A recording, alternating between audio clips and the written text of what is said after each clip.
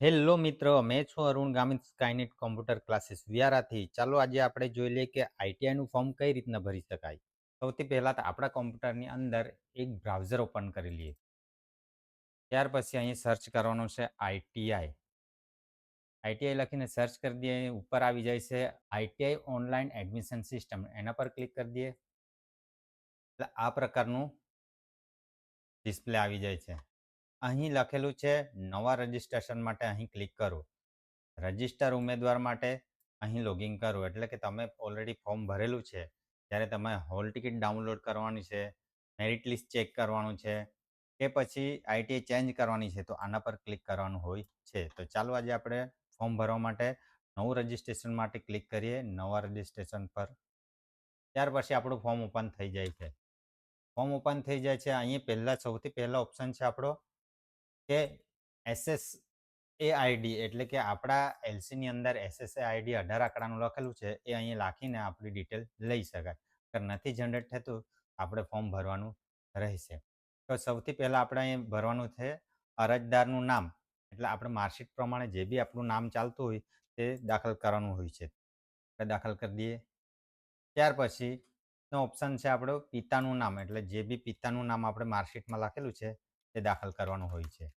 ત્યાર પછી ઓપ્શન આવી જાય છે કે અટક, એટલે આપણે જે બી અટક લાગુ પડે છે તે દાખલ કરવાનું હોય છે. ત્યાર પછીનો ઓપ્શન આવે છે આધાર કાર્ડ મુજબ નામ દાખલ કરવું, એટલે અહીંયા આધાર કાર્ડ પ્રમાણે નામ દાખલ કરવાનું રહેશે. તો આધાર કાર્ડમાં જે નામ ચાલતું હોય તે અહીંયા દાખલ કરવાનું હોય છે. ત્યાર પછીનો ઓપ્શન છે માતાનું નામ, એટલે માતાનું નામ આપણે જે બી હોય તે અહીંયા દાખલ કરવાનું હોય છે. પછીનો ઓપ્શન છે જાતિ લિંક, એના પર પુરુષ, સ્ત્રી કે અન્ય જે બી લાગુ પડે છે એ ક્લિક કરવાનું હોય છે. ત્યાર પછીનો ઓપ્શન છે માતૃભાષા ગુજરાતી, આપણને હિન્દી, સિંધી, ઉર્દુ, મરાઠી જે બી લાગુ પડે છે ત્યાંથી ક્લિક કરવાનું રહેશે. પછીનો ઓપ્શન છે રહેઠાણ વિસ્તાર, શહેરી, ગ્રામ્ય. અગર મહાનગરપાલિકા લાગે છે તો શહેરીમાં તમે ક્લિક કરી શકો છો, ગ્રામ્ય લાગે છે તો ગ્રામ્ય પર ક્લિક કરી દો. ગ્રામ્ય પર ક્લિક કરીને આપણે ઓપ્શન આવી જશે ફળિયું, ઘર નંબર, જે બી આપણું ચાલતું હોય તે દાખલ કરવાનું હોય છે. આપણે અહીંયા દાખલ કરી દઈએ ગામિત. ત્યાર પછી લેન્ડમાર્ક, તમારા સપોઝ ગામમાં કોઈ સ્કૂલ છે, કોઈ મંદિર છે, તો લેન્ડમાર્ક તમે રાખી શકો કે નિશાળની પાસે, મંદિરની પાસે, એ રીતના. પછી ગામ, તો ગામ આપણે જે બી લાગુ પડે છે તે આપણે અહીં દાખલ કરવાનું હોય છે. ત્યાર પછીનો ઓપ્શન છે આપણે રહેઠાણનો જિલ્લો જે બી લાગુ પડે છે તે આના પર ક્લિક કરીને સર્ચ કરીને લેવાનું હોય છે. આપણે તાપી લખી દઈએ. ત્યાર પછીનો ઓપ્શન છે તાલુકો જે બી લાગુ પડે છે તે આપણે દાખલ કરવાનું હોય છે. પછી છે પિનકોડ, એટલે તમારા આધાર કાર્ડમાં જે બી પિનકોડ આપવામાં આવેલ છે તે અહીંયા દાખલ કરી શકશો. ત્યાર પછીનો ઓપ્શન આવી જાય છે મોબાઈલ નંબર છે એસએમએસ એલર્ટ મેળવવા માટે 10 આંકડાનો મોબાઈલ નંબર નાખવો, એટલે અહીંયા આપણે મોબાઈલ નંબર દાખલ કરવાનો હોય છે. રીટાઈપ મોબાઈલ નંબર, એટલે ફરીથી અહીં સેમ મોબાઈલ નંબર દાખલ કરવાનો હોય છે. દાખલ કરી દઈએ. ફોન નંબર એસટીડી કોડ સાથે અગર હોય તો દાખલ કરવાનું હોય છે, ને પછી રહેવા દેવું. જેટલું બી લાલ કલરની ફૂદડી આપેલી છે એ કમ્પલસરી ભરવાની હોય છે. ઈમેલ આઈડી આપણું જે બી હોય એ આપણે અહીં દાખલ કરી skynet11@gmail.com. રીટાઈપ ઈમેલ આઈડી, એટલે આમાં ફરીથી દાખલ કરવાનું રહેશે skynet11@gmail.com. ડેટ ઓફ બર્થ જે બી લાગુ પડે છે આપણને તે અહીંયા દાખલ કરવાની હોય છે. તો આપણે ડેટ ઓફ બર્થ જે લાગુ પડે તે દાખલ કરવાની હોય. ત્યાર પછીનો ઓપ્શન આવી જાય છે ફોટો આઈડી કાર્ડની વિગત. અગર તમારી પાસે ચૂંટણી કાર્ડ, ડ્રાઇવિંગ લાઇસન્સ, બેંક એકાઉન્ટની પાસબુક, શાળા કોલેજનું આઈ કાર્ડ, અહીંયા કોઈ આઈ કાર્ડ હોય તો અહીં સિલેક્ટ કરીને લેવાનું હોય છે. અગર નથી તો રહેવા દેવું. અગર તમે લો છો ચૂંટણી કાર્ડ તો એને ચૂંટણી કાર્ડ નંબર દાખલ કરવાનો હોય છે. નથી તો એને સિલેક્ટ કરવું નહીં. પછીનો ઓપ્શન આવી જાય છે ધર્મ. એટલે હિન્દુ, મુસ્લિમ, ખ્રિસ્તી, શીખ, પારસી જે પણ આપણને લાગુ પડે છે તે સિલેક્ટ કરવાનું હોય. ત્યાર પછીનો ઓપ્શન છે અન્ય કેટેગરી. એટલે physical challenge, x servicemen, widow, divorce જે બી લાગુ પડે છે આપણને તે લેવાનું હોય છે. નથી તો નોન પર ક્લિક કરી દેવું. પછીનો ઓપ્શન આવશે જાતિ. જાતિ general, general EWS, SC, ST, OBC જે લાગુ પડે છે તે. આપણે એસટી લાગુ પડે છે તો એસટી પર ક્લિક કરી દેવું.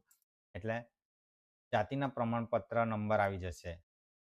તમે જે બી સિલેક્ટ કરશો અહીંથી તેનો દાખલા નંબર અહીં દાખલ કરવાનો હોય છે. જાતિનો દાખલાનો નંબર દાખલ કરી દઈએ આપણે જે બી આપણા દાખલા પર હોય તે દાખલ કરવાનું છે અને જાતિના પ્રમાણપત્રની તારીખ જ્યારે પણ આપણે કઢાવેલી હોય તે.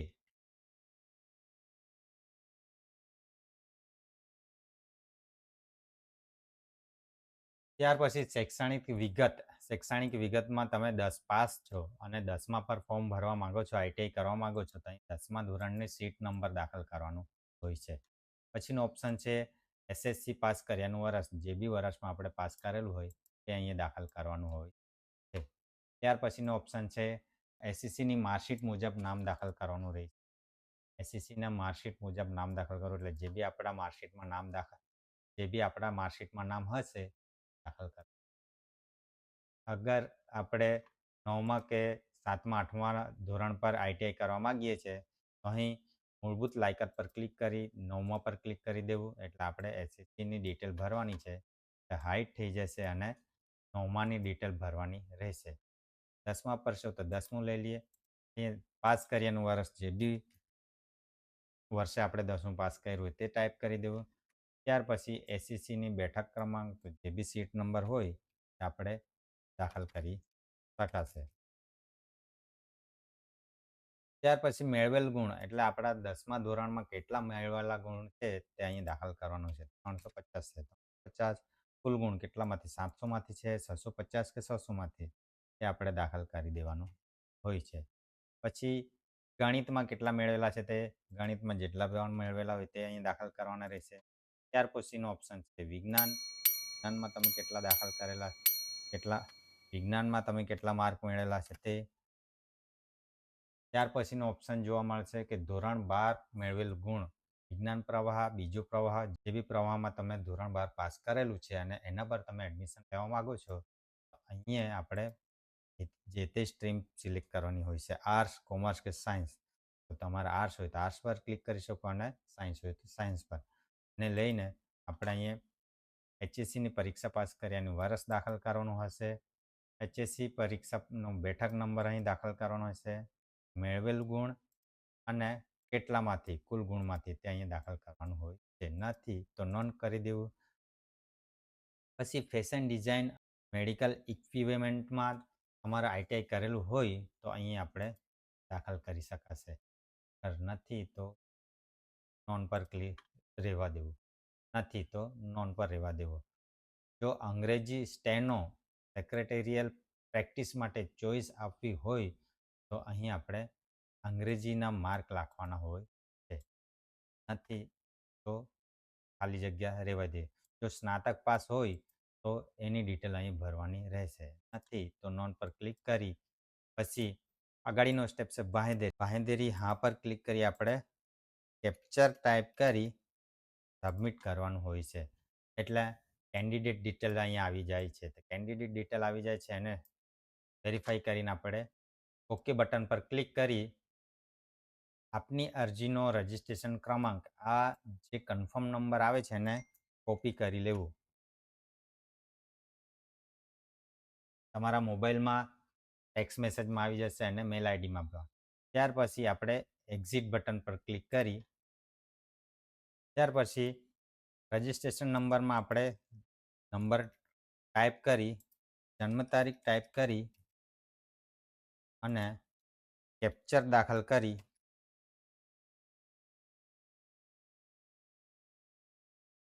લોગિન કરવાનું હોય છે. લોગિન થઈ ગયા પછી આપણે એપ્લિકન્ટ ફોટો એથી ચોઈસ ફાઇલ પર ક્લિક કરીને આપણે ફોટો અપલોડ કરવાનો રહે.